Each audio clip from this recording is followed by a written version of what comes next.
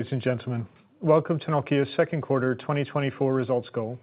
I'm David Mulholland, Head of Nokia Investor Relations.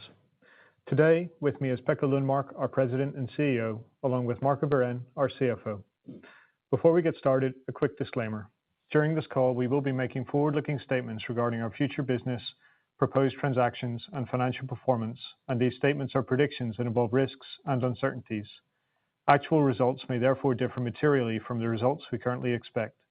Factors that could cause such differences can be both external as well as internal operating factors.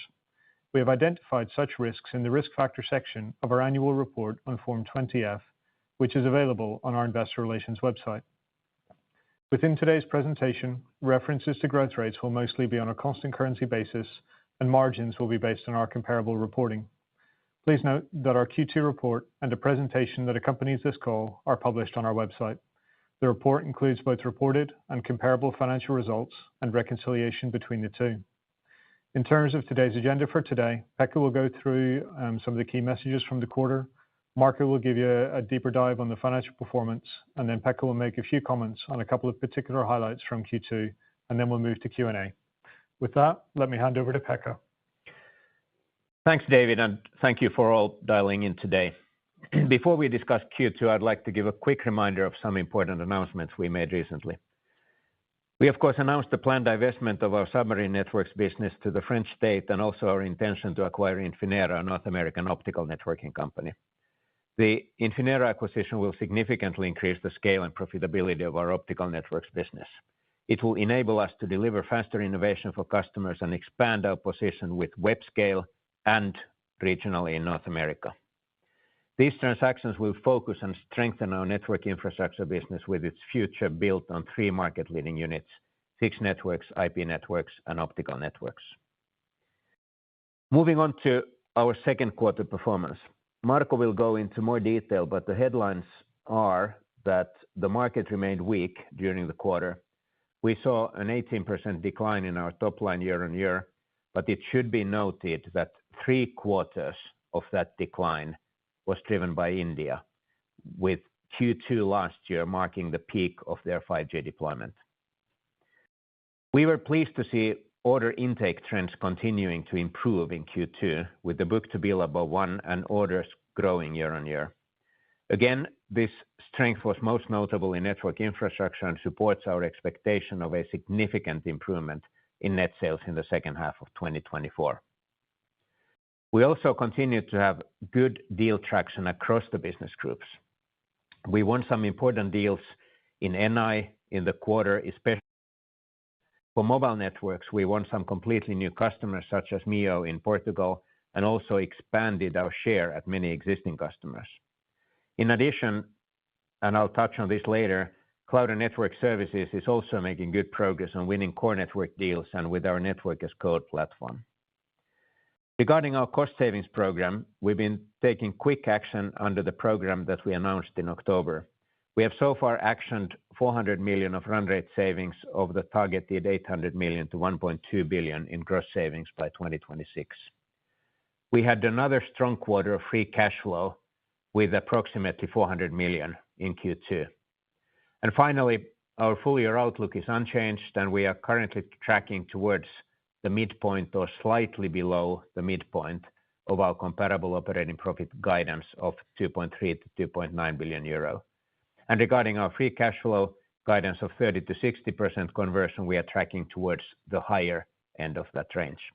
With that, let me hand over to Marco, who will go into the financials in more detail. Thank you, Pekka, and good morning, everyone, and welcome from my side as well. Before I get into numbers, let me make one important comment. Considering the planned sale of Alcatel Submarine Networks, the business is now reported under discontinued operations and is no longer seen in our network infrastructure unit figures.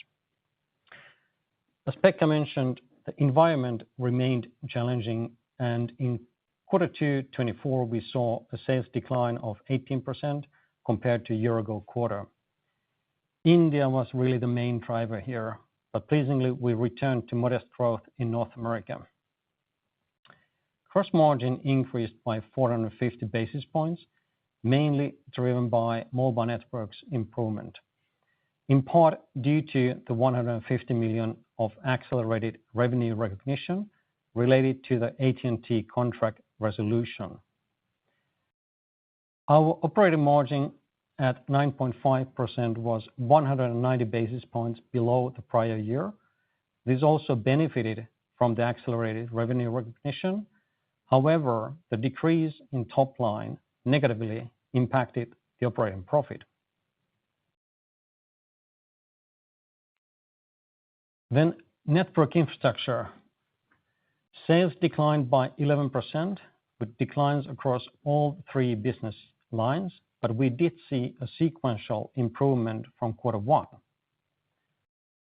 The net sales decline also impacted our operating margin in the quarter, along with somewhat higher indirect cost of sales. Importantly, as we mentioned before, we saw a continuation of the improving order intake trends, which support our view of a significant improvement in net sales growth in the second half. On the basis of our current view of the market and the pace of demand recovery, we have revised our net sales planning assumption down from our prior +2% to 8% growth to now -2% to +3%. Our operating margin assumption is 11.5% to 14.5%. And in full transparency, the removal of ASN from NI would have improved profitability by 100 to 150 basis points, and the underlying reduction in our margin assumption is due to the slower market recovery. Turning to mobile networks. In mobile networks, the net sales decline was mainly driven by a decrease in India, reflecting the fact that quarter two in 2023 represented the peak of the India 5G deployments. Positively, on a sequential basis, all regions increased compared with quarter one. And Nokia also resolved its outstanding negotiation with AT&T in relation to our existing RAN contracts and ensuring we maintain the values originally agreed in the contracts. Part of this resolution led to this 150 million of accelerated revenue recognition, which benefited both net sales and operating profit in the quarter. Based on current commitments, we expect mobile networks net sales to AT&T to remain largely stable year-on-year in 2024, and then approximately half in 2025. Of course, we will continue to look to win new opportunities with AT&T that can improve this trajectory in mobile networks. And as you know, AT&T is a very important customer to overall Nokia.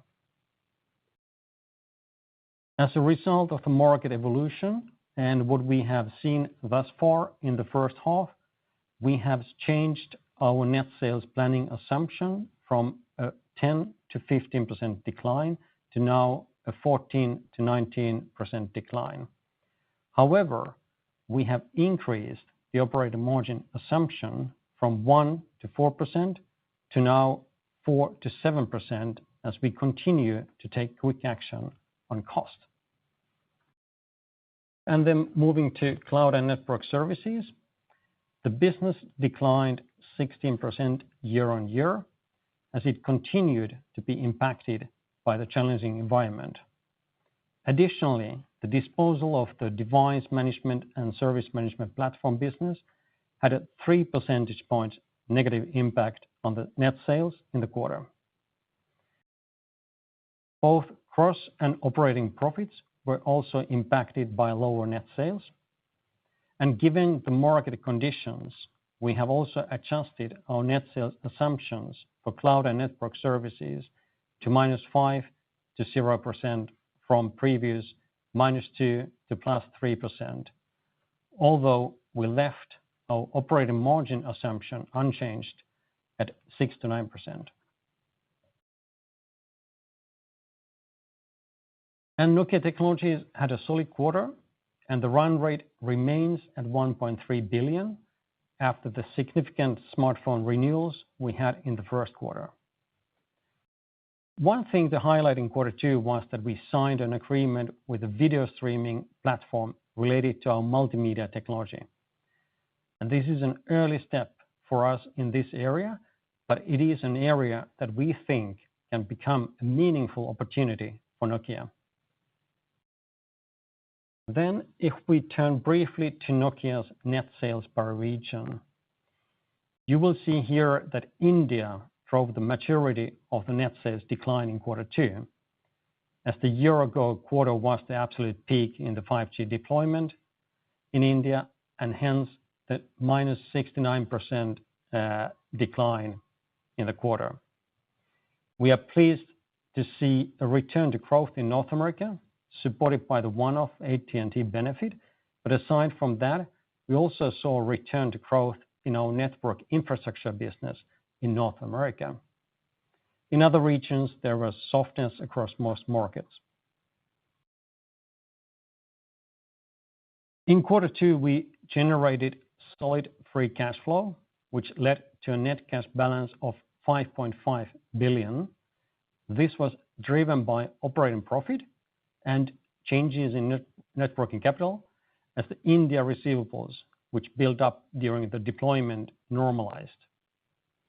In addition, our cash benefited from 315 million of disposals, mainly related to both TD Tech and the sale of our device management and service management platforms.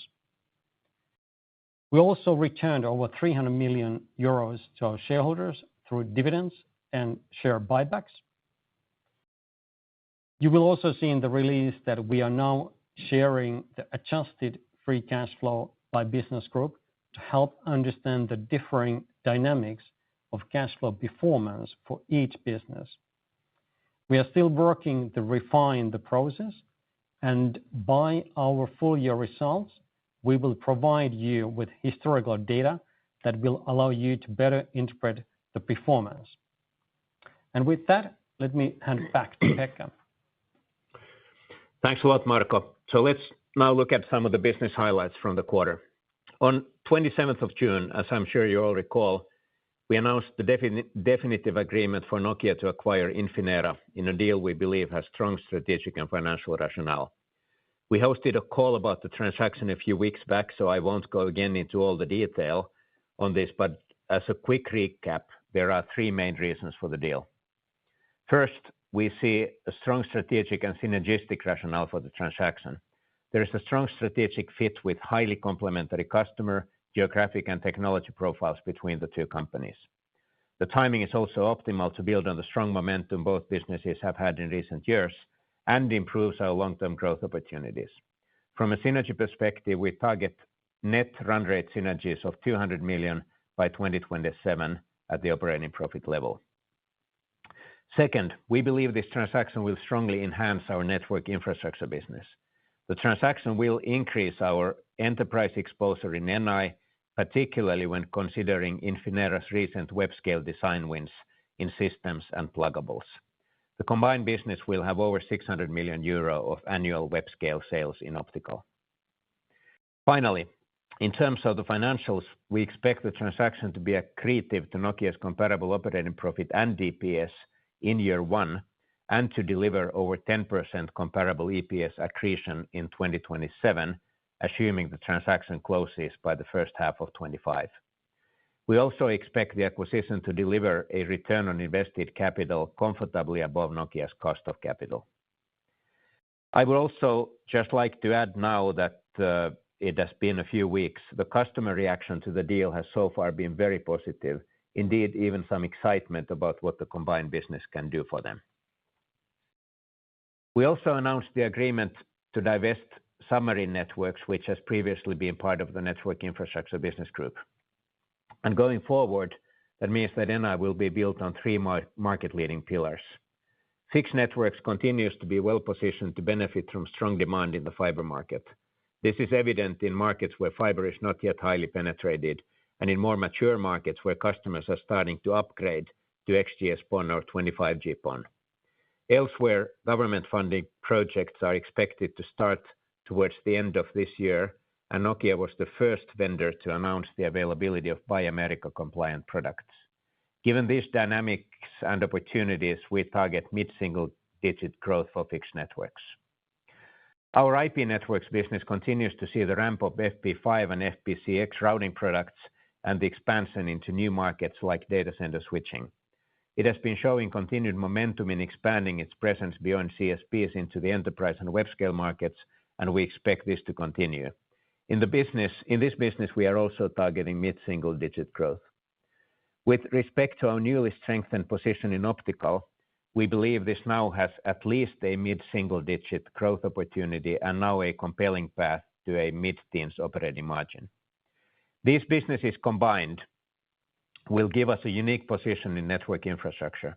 On a pro forma basis for the two transactions in 2023, network infrastructure would be an 8.4 billion euro revenue business that targets mid-single-digit net sales growth with margins that would pro forma be around 12%, but we believe can expand over time to mid to high teens. One other topic I wanted to discuss is our customer momentum in mobile networks. Clearly, as you know, we had a setback in December with AT&T's decision to largely single source their radio network, to a different vendor for commercial reasons. Now, as Marco mentioned, we have concluded negotiations with AT&T related to our existing RAN contracts, which gives us clarity on the path forward. But more importantly, if we take a step back and look at the overall development, we continue to make significant progress with customers in our mobile networks business. Since 2019, we have won a total of 55 new RAN customers, and we have increased our share at another 33 customers. This drove the significant increase in market share that we saw between 21 and 23. We have won a significant number of deals this year, including completely new customers such as MEO in Portugal, and maintaining our position at other key operators in Europe, as there has been a lot of customer tendering activity. I continue to firmly see the AT&T decision was a very customer-specific situation. We have a compelling product offering for customers that is resonating and helping us to build a stronger future for our mobile networks business. We are also making strong progress with our Open RAN and Cloud RAN projects, and we remain the most open vendor in the market, as I highlighted last quarter. In Q2, we partnered with Vodafone to introduce Open RAN into their network in Italy. With STC, we completed the world's first trial of an O-RAN-based private 5G network using Microsoft's Azure operator Nexus. And finally, our solutions have been validated with an ecosystem of leading industry partners across hardware and software.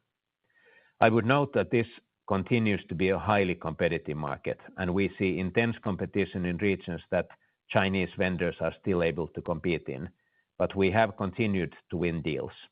We will remain disciplined on pricing, however, as we have done in recent years, and that has helped us to significantly improve our gross margin in mobile networks, particularly on a relative basis. Turning to cloud and network services, where we continue to make great progress on network as code. This is the business we are building organically to help CSPs monetize network APIs and help developers access new network capabilities for their applications. This is an ecosystem play, and we are proud to now have 16 signed agreements with partners across the ecosystem. This includes new CSP partners such as Orange, Telefonica, and Turkcell. Importantly, we signed agreements in Q2 with Infobip and Google. Both of those partnerships will enable access to a wider range of developers, consequently driving demand and usage of network APIs through our platform. On that topic, we continued to make good R&D progress on the platform itself, and in Q2 we launched the Network Exposure platform to empower CSPs to expose their network capabilities to the ecosystems of their choice. We look forward to sharing more exciting news over the course of the year. Additionally, within cloud and network services, we have been seeing recent traction around core networks, particularly in Europe. This is evidenced by announcements we have made, including with O2 Telefonica in Germany, with the deployment of 5G standalone core software on Amazon Web Services, as well as other deals with Norlys of Denmark and Air Networks in Spain. Next, I wanted to highlight some of the results of the fast action we have taken to reduce our cost base. As a reminder, in October, we announced a target to lower our cost base on a gross basis by between 800 million and 1.2 billion euro by the end of 2026. This represented a 10 to 15% reduction in our personnel expenses. You can see in the slide the progress we have made so far on the October program. We have already actioned 400 million euro of savings by Q2, and we will continue to make further progress in the second half to reach the 400 million euro of in-year savings we have committed to. The program is expected to lead to a 72 to 77,000 employee organization compared to 86,000 employees Nokia had when the program was announced. As of the end of June, our headcount was just under 80,000. Please remember that these numbers are on a like-for-like basis and do not reflect the recent announcements regarding ASN and Infinera. So we are making good progress on this program and will continue to do so as we navigate the current market environment. Then on to our outlook. We believe the industry is stabilizing, and given the order intake seen in recent quarters, we expect a significant acceleration in net sales growth in the second half. However, the net sales recovery is happening somewhat later than we previously expected, impacting our business group net sales assumptions for 2024, which Marco highlighted in his commentary.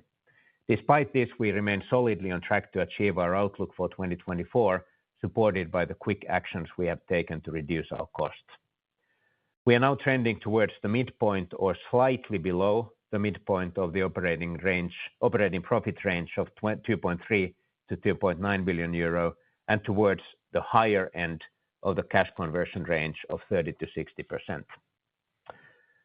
So in conclusion, the weak market environment has continued. However, we have seen a third quarter of order intake momentum, and we expect to see net sales growth in H2 weighted towards Q4. We have also been encouraged by the level of customer engagement and tendering activities across all business groups. We have moved quickly on the cost savings program, which we announced in October of last year, and this continues to support our outlook, which we have reiterated this quarter. The quarter saw another period of strong cash flow generation, ending the quarter with a net cash balance of 5.5 billion euro. The board intends to accelerate the previously announced buybacks, which will now be executed by the end of 2024, a year ahead of the original schedule. Thank you, and with that, I think we can now move on to your questions. Thank you, Pekka and Marco. Before we move to the Q&A session, please let me give you one date for your diary. We're planning to hold our next business group progress update on our network infrastructure business on Tuesday, the 3rd of September. We plan to hold the event virtually, and we will send out a save the date in the coming days. We hope you'll all be able to join us. As usual, for the Q&A session, as a courtesy to others in the queue, could you please limit yourself to one question and a brief follow-up? Alice, could you please give the instructions? We will now begin the question and answer session. If you are also viewing the video webcast, please remember to mute the audio on your computer before asking your question, as there is a 30-second delay. To ask a question, you may press star, then 1 on your telephone keypad. If you are using a speakerphone, please pick up your handset before pressing the keys. To withdraw your question, please press star, then 2. I will now hand the call back to David Mulholland. Thanks, Alice. We'll take our first question from François Bouvignies from UBS. François, please go ahead. Thank you very much. So my question would be on network infrastructure specifically. So when we look at your fiscal or full year EBIT margins for NI and the group EBIT margin, if we assume it's similar Q2 versus Q3 based on what you said on the seasonality, this would imply NI EBIT margins on the high single-digit 10% range in Q3, and to get to full year, to get to your 11 plus EBIT margins for NI, you would need like 20% plus of margins, EBIT margins in Q4 with a very, very high top line growth. So maybe can you explain us, how can we model such steep recovery when in H1 you did 6% NI EBIT margins, and we need to put like mid-teens to 20 in the second half of the year? That would be my first question. Thank you, François-Xavier. And as we mentioned also in the release, the quarter three margin is a balance between a weaker mobile networks margin, and we won't have the benefit of the accelerated revenue recognition due to the AT&T deal resolution that we had in quarter two. And then, of course, good improvement in network infrastructure.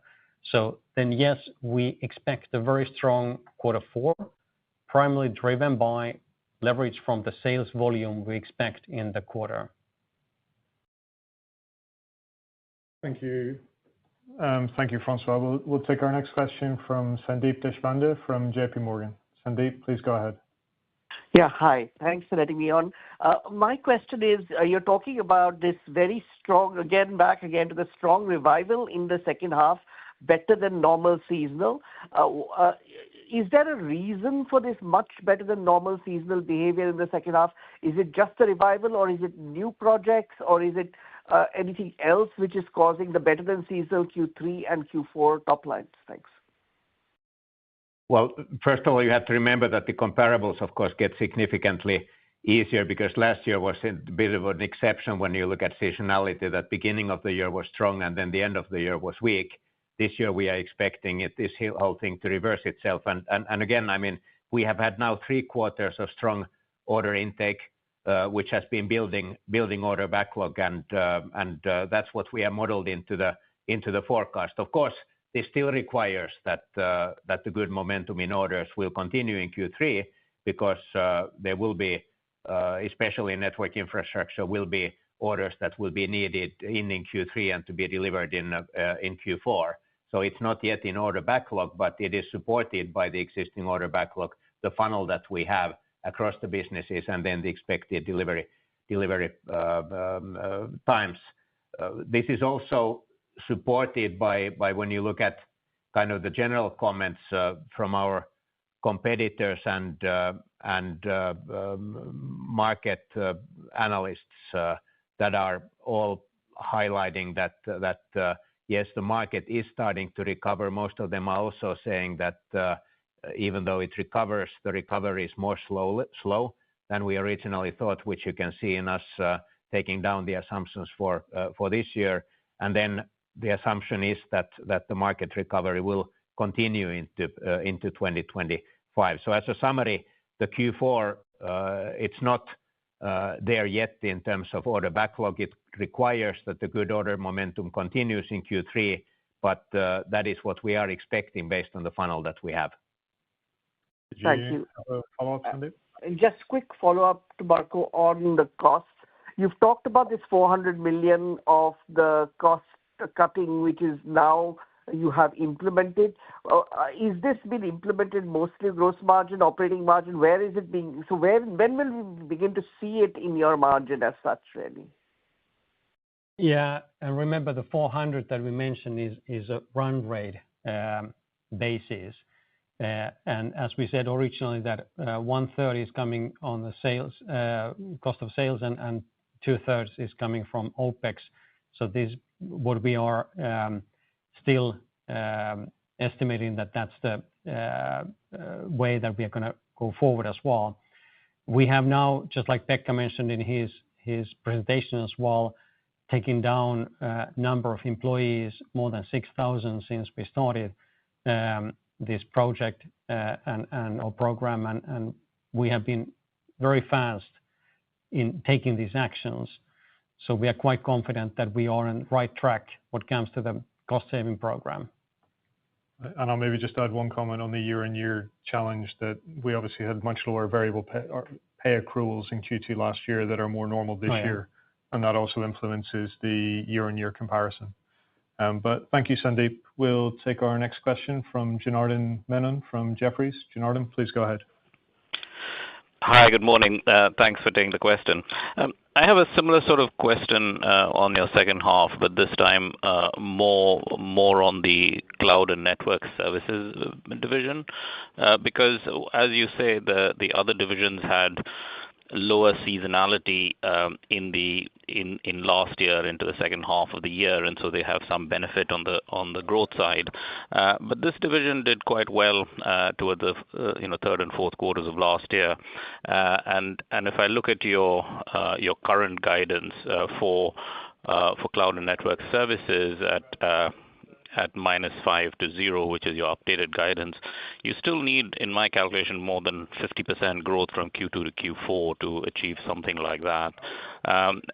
Just wondering what is driving that? Is it the core network wins that you talked about in Europe that you alluded in your opening remarks? And similarly, will that increase in sales lead to an improvement in gross margin as well on a year-on-year comparison, given that you had sort of good gross margins in the second half of last year? Would it meaningfully improve from that as well? Thanks. Well, when you look at the seasonality of the CNS business this year, will, unlike in NI, in CNS, this year's seasonality will be similar to the previous years. We had pretty much the same situation last year, that the full year result was made during Q4, and that's what we are expecting this year as well. Then if you get into the fine detail, of course, now the effect of the disposal is like 3 percentage points on top line, which needs to be taken into account in the comparison. But this is supported by the deal momentum that we have had. Core networks is an interesting market at the moment. This is part of the dynamics. So I mentioned traction in core networks in Europe. The core network market is consolidating. You may have seen the Microsoft announcement that they are reconsidering Affirmed and Metaswitch, i.e. their core network approach. Core network is a market where also, even in those countries that have not restricted specifically Chinese out, they are making moves on the core network in terms of high-risk vendors. So this should be actually driving the core network to a situation where there will be a smaller number of vendors, and clearly this is one of our strengths. And we are starting to see this in the recent deal momentum. Now, the thing in core networks, when you look at the whole CNS, which makes the comparison always challenging, is that we have had a strong position in 3G core network, which has still been there in CNS numbers because it's software revenue. That market is declining quickly, and that is being gradually replaced then by the 5G core network market. And that is the reason why, even though the 5G core network has been increasing rapidly, it has been compensated then by the loss of the 3G market. And that is the reason why you have not really seen growth in CNS in the last 2 to 3 years. But again, we continue to believe in a very strong Q4 also this year in CNS. And just a brief follow. Sorry, continue. Yeah, of course. Go ahead. Your next question, Janardan?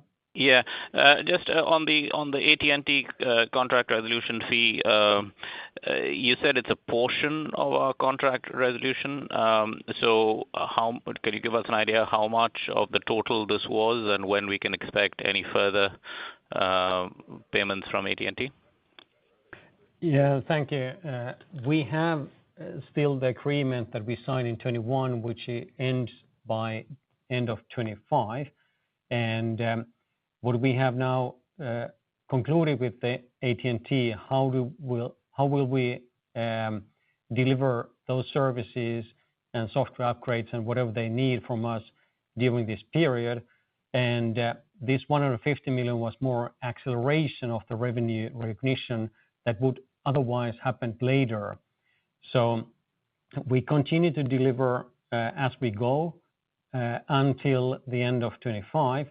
But just like we guide as well, that this year will be approximately at the same level as last year, while next year will be about the half of the volume that we have this year. And then to follow up on, to continue on, build on that, after 25, AT&T Mobile Networks will definitely not go to zero because there is ongoing indoor base station and microwave radio business in MN, AT&T, and then depending on for how long time they will be continued to be operational Nokia base stations in the network. That is not for us to comment what that base is, but assuming that there will be also Nokia base stations in the network after 2026, that will continue to generate some revenue for us. So it will drop to about half, as Marco said, in 25. This year, about the same level as last year, significant drop next year, and then another drop in 26, but definitely not to zero. And still, just to be 100% clear on that acceleration, so what that means that we will be able to realize the original full value of the contract until the end of 25, but this acceleration in a way reduces 25 and increases 24.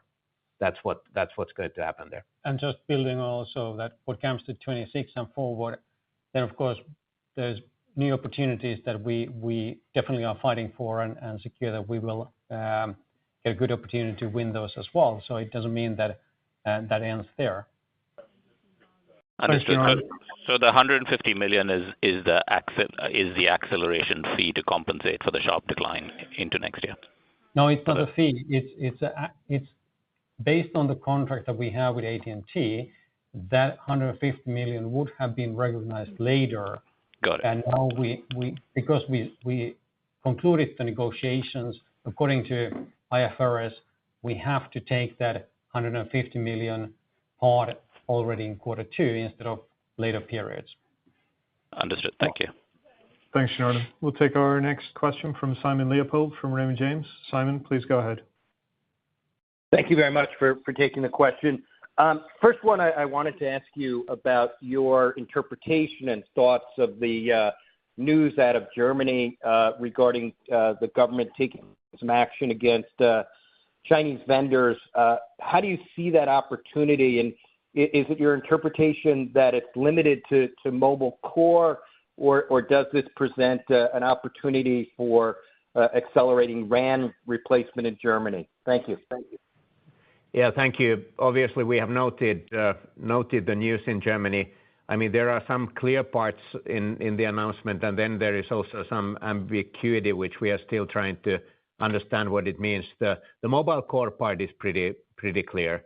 On the other hand, the market share of Chinese players in mobile core has been fairly limited also so far. So that is not a huge needle mover as such, but of course it means that there will be no opportunities for them to enter the mobile core, as that market will of course be a very important market when they are moving to 5G standalone core and so on. Then the RAN part, that's where the ambiguity is, and we still need more information on what exactly those statements will mean in terms of management software and what it will mean or will not mean to base station hardware and base station software. We do not yet have enough information to make a definitive assessment, so we need to get back to this one. Great. And just follow-up is I'd like to see if you could update us on the progress and efforts to diversify, particularly into enterprise and including the hyperscale. Thoughts on where that stands and how you're thinking about that prospect. Thank you. Yeah, thank you. That's obviously continues to be a key element in our strategy. When you look at the second quarter, non-CSP business was now, or enterprise net sales were 11.6% of group net sales. So that's been trending continuously up. Of course, now enterprise has not been immune to the general market weakness, but when you look at the kind of the delta between our top line trajectory in enterprise and then CSP, there has been continued to be a significant difference in Q2. I think that was pretty much 20 percentage points, that top line trajectory difference. So this continues to be a key part. We are making good progress. And the very important thing, of course, is that the Q4 acquisition of Phoenix is targeted to accelerate the defense business that we have. And then the Infinera acquisition is targeted to accelerate our web scale business and especially the data center business, which of course, unlike the core CSP business, the data center market will be an attractive growth market for many years to come. And that's what we would get into much more strongly through the Infinera acquisition. So we are looking forward to these opportunities, and of course we continue to look for additional opportunities, some of which we are working on organically, including the data center switching opportunities in our IP networks of NI. Thanks, Simon. Thank you. We'll take our next question from Artem Beletski from SEB. Artem, please go ahead. Yes, hi, and thank you for taking my question. I actually would like to ask on NI, and could you maybe provide some further color on pace of recovery within subsegments, as you, for example, made some comments in accordance with Q1 results, and what comes to lower revenue outlook for the business, where from it is predominantly coming, or what are key puts and takes there? And then I have a follow-up. Yeah, there is, Artem, no huge difference between the three segments in terms of the revised outlook. We continue to have good orders momentum in all of them. We had good orders actually in fixed broadband in Q2, particularly in North America, which is a promising sign because we received now the first BEAD-related orders in North America, some of which will be already supporting Q4 revenue, although it will not be a huge needle mover yet in Q4, as we have said earlier, but we will get some already this year. I believe that we will be the first one to benefit. Hence, we have made already in the previous quarter kind of optimistic comments about the fixed networks outlook. And then, of course, the BEAD will be much more a 25, 26 story. But really, to answer the main question that you had, it's fairly balanced between the three units in NI. Okay, that's clear. And maybe just a quick follow-up on the buyback program and acceleration decision being done there or to be done. What is actually driving it? Is it purely strong cash position, what you have in place, or is it already a preparation for Infinera deal completion, so to speak, as the amount of shares is likely to increase? And any thought at this stage by the board in terms of its continuation looking beyond 24?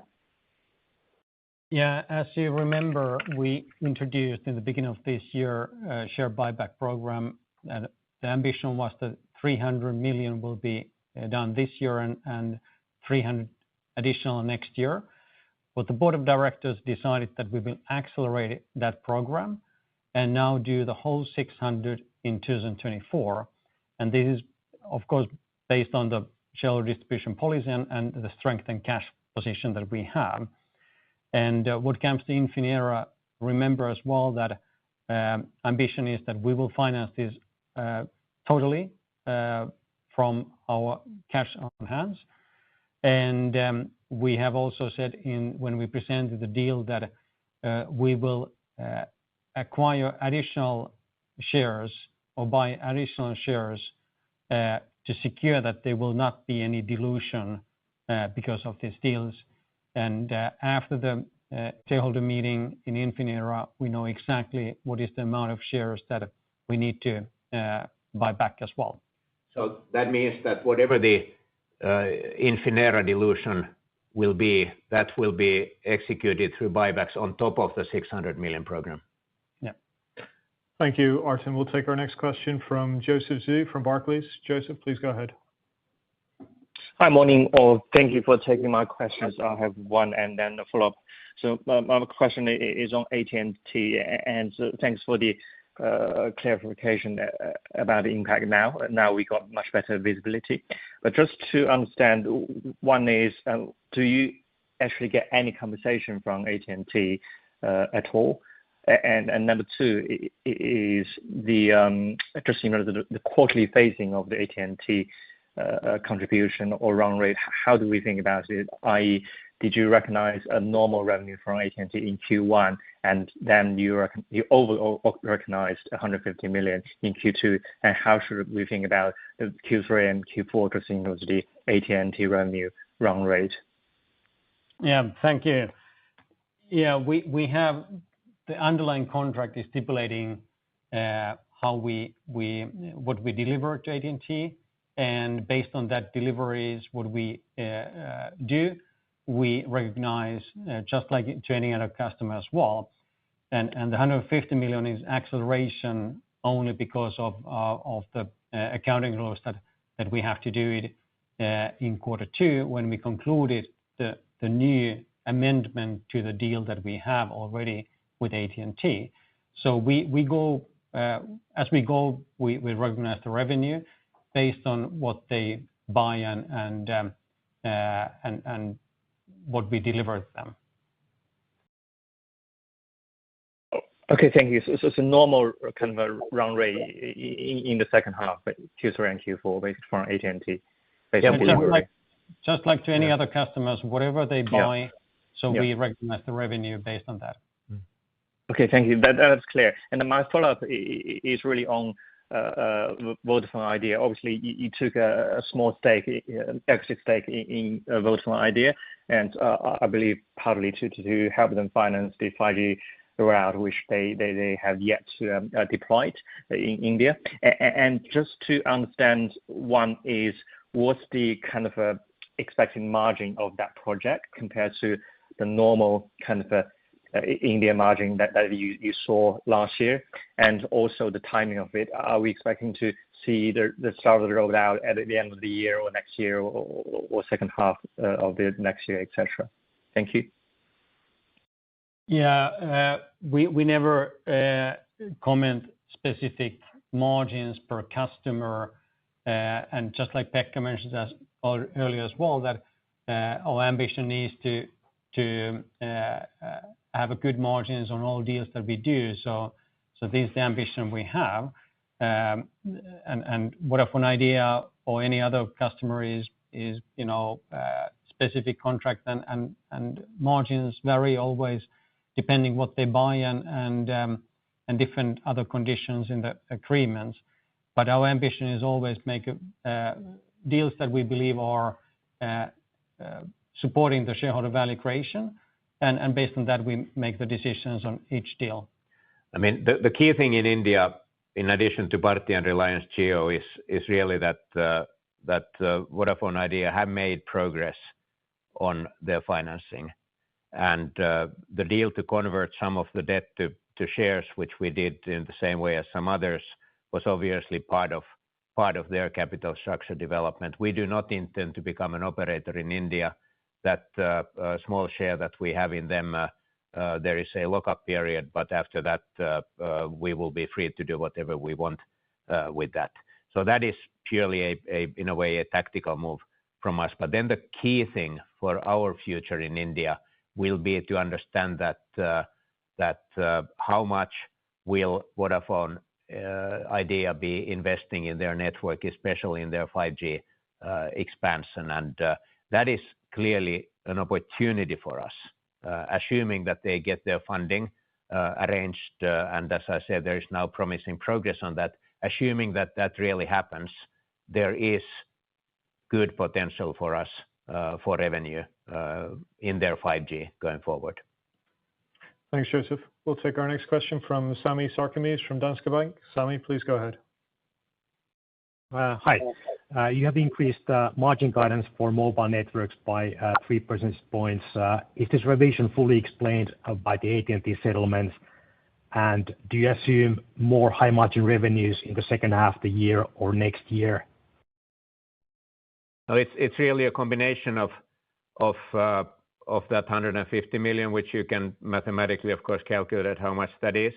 But it's not only that; it's also good progress on the cost side. It's a combination of these two. Okay, thanks. And then I would ask about your thinking regarding portfolio management. Are you interested in making additional bolt-on acquisitions to Infinera? And why did you think it was a good time to divest ASN now? Well, if I take ASN now, first, obviously, it's a well-known fact that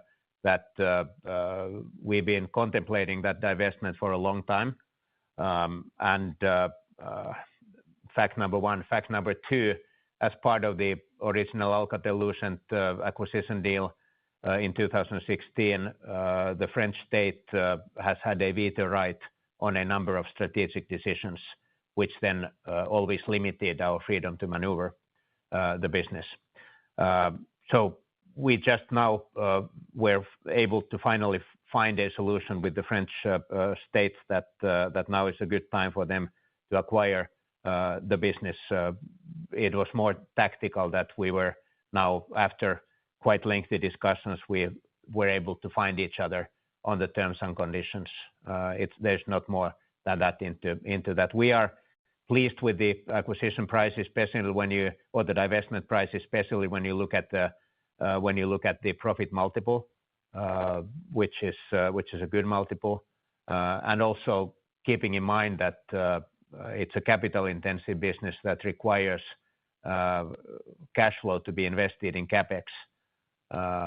And remembering that if you want to significantly increase the revenue in the future, that of course then requires outgoing CapEx into capacity build. So we believe that everything considered, it was both a good timing for the divestment and also a good price that we received. Then when it comes to additional deals, I mean, we continue to be extremely prudent. There could be bolt-on acquisitions, but any acquisitions would have to follow extremely strong and compelling industrial logic. Strong synergies, strong logic. I mean, that will always be a prerequisite for any acquisition, as we have now seen in the Infinera case with 200 million synergies and exceptionally strong customer and market position complementarity. Thanks, Sami. We'll take our next question from Jakob Bluestone from BNP Paribas Exane. Jacob, please go ahead. Thanks, David. I had a question on your cash flow. You cut your CapEx from 600 to 550, so if you could maybe just talk us through that. And then I also just had a follow-up on the AT&T impact. Can you maybe just comment on the cash flow as opposed to P&L impact of the 150 million accelerated revenue recognition? Is it correct that that would lead to a negative working capital movement? And if so, if you can maybe just comment around your working capital, which was plus 100 million in the quarter. So would that have been plus 260 kind of ex AT&T? Thank you. Yeah, what comes to 150 million, we recognize that revenue now, and that payment will come accordingly as well when according to those payment terms that we have. Cash flow has been extremely good in the first half, as you've seen, thanks to the first of all normalization of net working capital, and also the India payments that we have received, but also due to the actions that we have taken internally to secure that we have optimization of the net working capital and improve the processes within the company.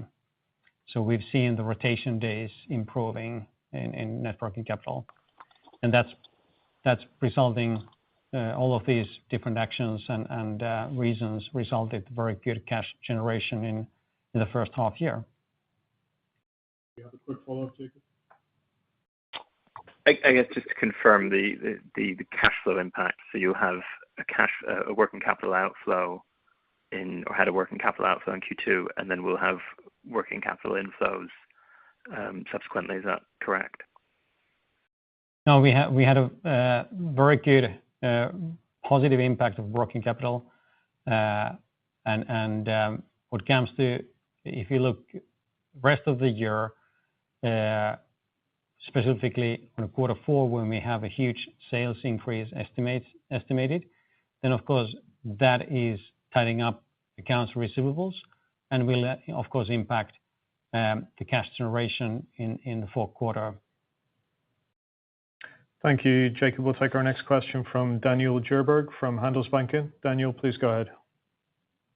Thank you, David, and hi, Pekka and Marco. I would like to ask a little bit on the growth, and except for India, that stands for 2/3 of the weakness, and also other weak markets. You also have this reduction. I think you said 6,000 so far. planning for 9,000 to 14,000 versus the initial 86,000. So my question is really this also in the new organizational structure, how much of the impact on the revenue decline comes from this, i.e., right sizing? Thank you. No, I would not say that there is any negative revenue impact from the organization change or downsizing. This is really, I mean, this is the market and this is the funnel. I mean, we are fully competitive in terms of our offering, and we are fully resourced when it comes to sales and customer interface. So this is not the reason. And if I may do a small correction, you said that 2/3 of the revenue decline would come from India. It was actually 3/4 came from India. So almost all was India related, but definitely not related to the operational model change. We are pleased with the pace, as I said, on the cost cuts and the over 6,000 reduction in headcount, especially when you look on the relative terms. It has been a fast pace, but that is not the reason for the revenue hit. And India, just building on that, last year India had a huge and very rapid deployment of 5G network, and our peak was in Q2 last year, and of course this year they have been normalizing their deployment and slow down as well quite heavily, and that's why we see this huge difference in Q2. In India, just to confirm the numbers, which are of course in the report, but so that you pay attention to them. So we had revenue acceleration in India in Q2 sequentially. We had 329 million in India in Q1, and we have 600 million year to date. But important is that we continue to expect what we earlier said, that have full year revenue in India between 1.5 to 2 billion euro. And this is not only a mobile game in India. This is also network infrastructure. And just as one proof point, this is a contract that will start delivering significant revenues in Q4. And that is a fixed wireless contract that we have with an operator in India, which we actually announced earlier. We're talking about an APAC fixed wireless contract, but we can now confirm that it is with an Indian operator. Yeah. So perfect. May I have a short follow-up? Sure. Yeah. Go ahead, Daniel. Yeah, and that is a little bit on EMEA and the future RAN opportunities. You touched upon Vodafone win in Italy, for example. How should we look at the opportunities within, for example, Vodafone, the spring procurement? I guess they have 100,000 sites in Europe, of which 30% should go with Open RAN or something. Any indication of this happening now, or any news? Well, regardless of how much of it would be open or any other RAN, there's a lot of different permutations on the network architecture development. We are ready. I mean, we can do Open RAN, we can do Cloud RAN, we can do any RAN. We have, of course, a high ambition level in terms of Spring 6, but it is an ongoing project at the moment. So I am not in a position to give any kind of comments as to how it looks or anything like that, other than that, of course, we are participating. Thanks, Daniel. We'll take our next question from Andrew Gardner from Citi. Andrew, please go ahead. Thank you, David. Good morning, all. I was interested in your perspective on the order intake and what that's going to mean in terms of the ultimate sales trajectory. I mean, Pekka, you've talked about how you've had order momentum now for 3 straight quarters, so things are clearly improving and across the business unit. Yet they're not translating into quite as much revenue as you would have hoped in the second half of this year. In terms of what you're hearing from the customers, what they're actually ordering, is that because the deals are, outright smaller in magnitude than you'd anticipated, or is it sort of a timing issue and actually, the ramps are a little bit slower, so fine, second half is a bit weaker than you'd hoped, but ultimately you're going to win some of that back, or not win, but it will just take longer to achieve it. You'll see more of it in 2025. Yeah, this is exactly the two sides of the same coin that we are seeing, that while we are saying that order intake has been good now for 3 quarters, but we did say after Q1 that the full year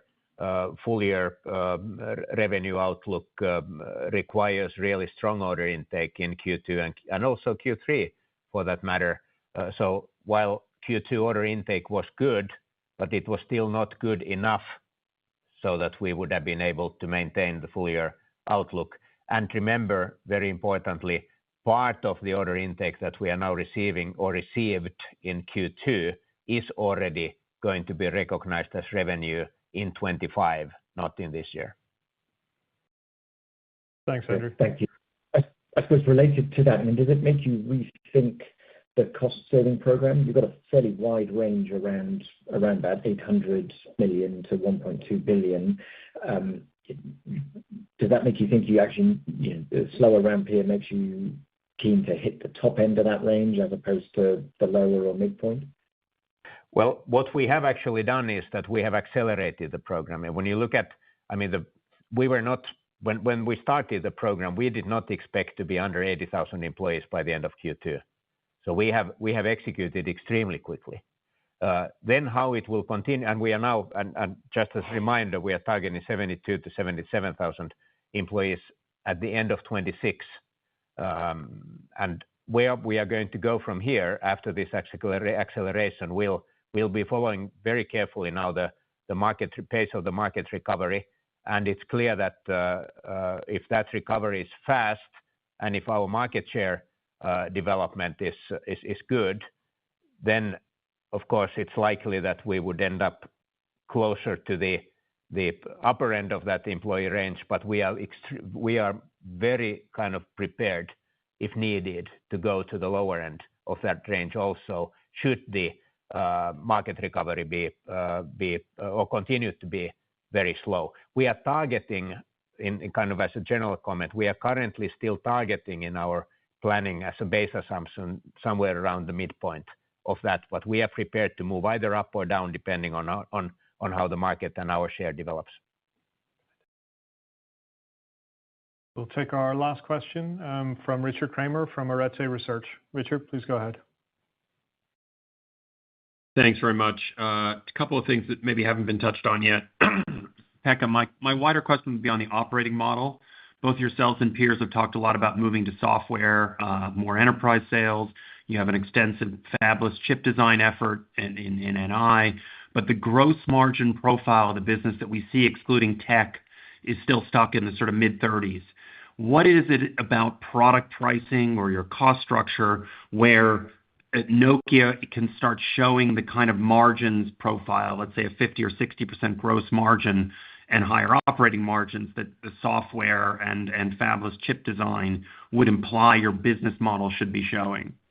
So that's a very good question, and we have some examples in our portfolio where we are getting to that type of margins already today. But when it comes to large-scale infrastructure project margins there, that's where the drag has really been. I mean, key part of the answer is that we need to move more and more value to software. We need to move to cloud. We need to move to software as service models gradually in our business. Of course, first in CNS and then gradually also in the other businesses. That's one part of the answer. Then the other part of the answer is that despite the importance of software, we continue to believe that the importance of silicon continues to be extremely important, and domain-specific compute, as we are seeing in NI, as we are seeing in cloud, will be extremely important going forward also in networks. So the stronger we are in silicon, the stronger IPR we have in domain-specific compute for things like L1 processing in radio, packet forwarding in routing, and so on, the stronger potential we have for margins. Then another part of the answer is that this has to do with the general kind of reduction of the importance of the dependency of large CSPs.